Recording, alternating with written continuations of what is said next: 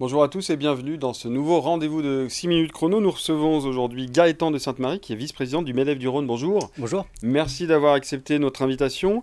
Euh, alors avant d'entamer ce pourquoi je vous ai invité, petite question quand même d'actualité évidemment sur la réforme des retraites. Le MEDEF a été reçu au national la semaine dernière par la Première ministre sur le sujet, avec les autres syndicats. Et c'est vrai qu'on n'a pas beaucoup entendu le MEDEF sur cette réforme des retraites. Pourquoi? Je peux dire pourquoi la CPME a été entendue et d'ailleurs François Asselin, notre président national, va voir la Première ministre mercredi. Ok. Nous, à la CPME, on soutient la réforme des retraites parce qu'on pense que pour la pérennité de notre protection sociale à tous, c'est important d'évoluer.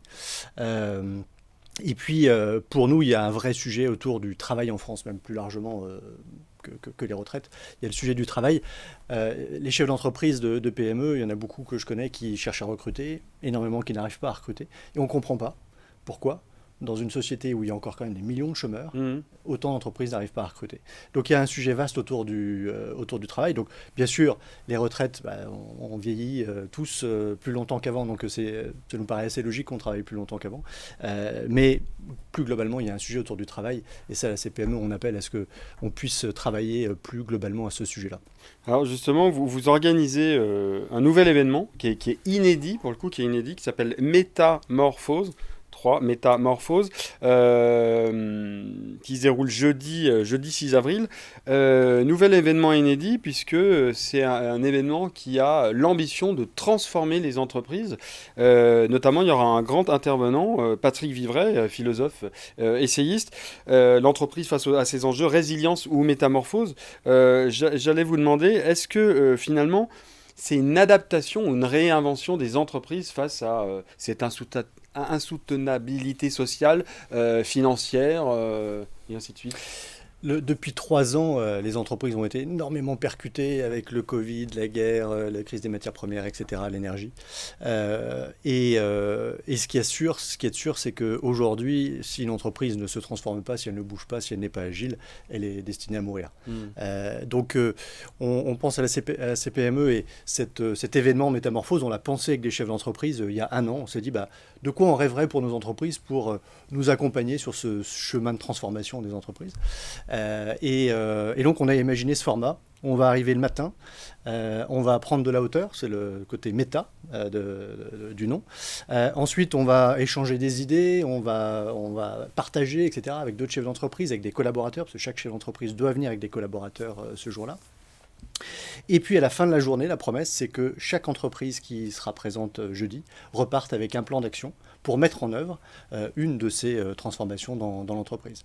Donc c'est vraiment une journée de passage à l'action. Alors bien entendu, les entreprises n'ont pas attendu le 6 pour s'y mettre, hein, on est bien d'accord, mais le 6, on va brosser énormément d'axes et ça va nous permettre de travailler sur un de ces axes en particulier pour chacun des Donc participants. chaque entreprise repart à la fin de ses journées avec sa feuille de route, si je puis Voilà, dire. Feuille exactement. de route. Est-ce que véritablement, parce que ça sur le papier, c'est vrai qu'on l'entend, sur le papier, l'événement, cet événement est plutôt atypique, il est plutôt intéressant, 250 décideurs, 24 défis, 48 facilitateurs sur 1200 mètres carrés. Mm. Donc sur le papier, on se dit que c'est bien, mais au final, est-ce que concrètement, est-ce que ça aura vraiment un impact? Est-ce qu'il y aura vraiment des suivis derrière? Bien sûr, il va y avoir des suivis, ça va être le job aussi de la CPME de suivre ça. On a tout un panel d'offres aujourd'hui qui permet de suivre les entreprises qui s'engagent dans nos offres pour voir un peu les évolutions et les accompagner.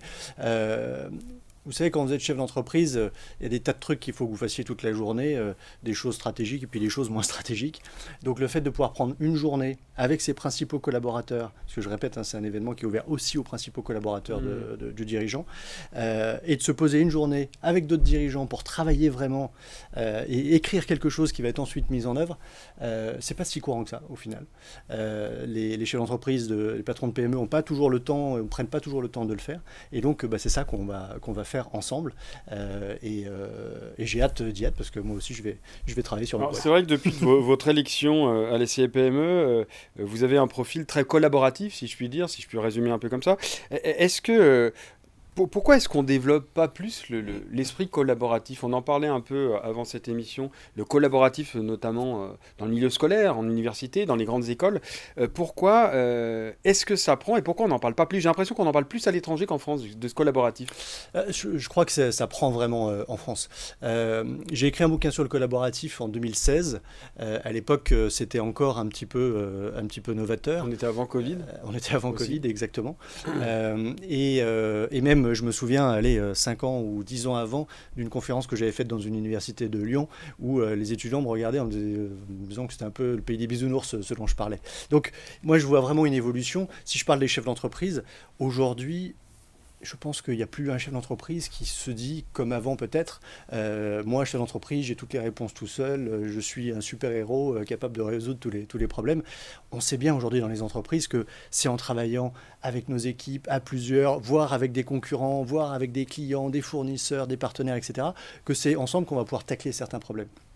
Donc, on voit vraiment une évolution très nette et une montée en puissance du collaboratif. En plus, ça tombe bien, ça correspond pleinement à l'état d'esprit de nos jeunes qui sont vraiment dans cette dimension-là. Et on le voit dans les écoles maintenant.